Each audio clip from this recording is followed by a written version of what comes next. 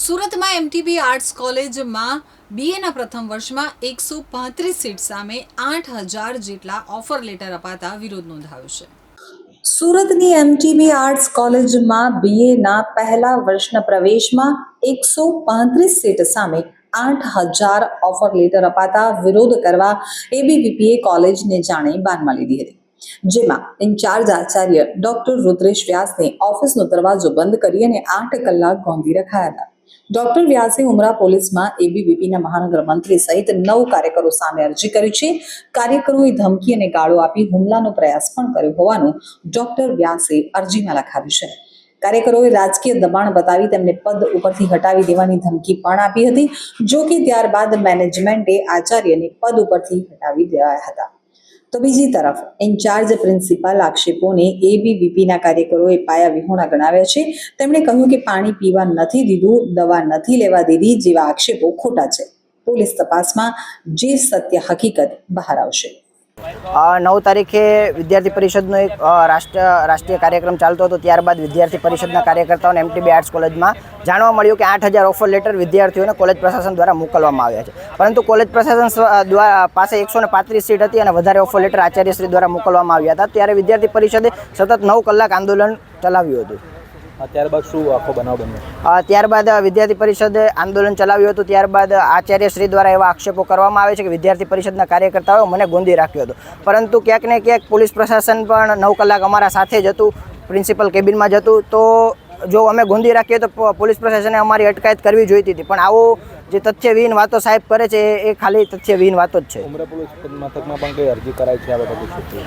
ઉમરા police સ્ટેશનમાં જે આચાર્યશ્રી દ્વારા અરજી કરવામાં આવી છે તો એ અરજીમાં વિદ્યાર્થી પરિષદના કાર્યકર્તાઓને એમણે નામ લખીને આરોપી તરીકે દર્શાવેલા છે. પરંતુ જ્યાં સુધી કોઈ આરોપ સાબિત નહીં થતો ત્યાં સુધી વિદ્યાર્થી પરિષદનો કોઈ પણ કાર્યકર્તા આરોપી નથી અને તથ્યવિહીન વાતો કરવા માટે સાહેબ ખાલી ને ખાલી આવી અરજીઓ કરે છે.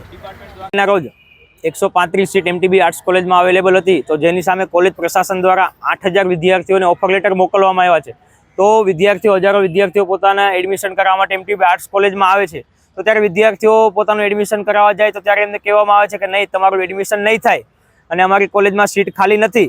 તો જ્યારે વિદ્યાર્થી પરિષદના કાર્યકર્તાઓ વિદ્યાર્થીઓને સાથે રાખીને પ્રિન્સિપાલ સાહેબ પાસે જવાબ લેવા જાય છે કે સાહેબ આખી ઘટના શું છે અને વિદ્યાર્થીઓને એડમિશન આપવાની કેમ ના પાડવામાં આવે છે.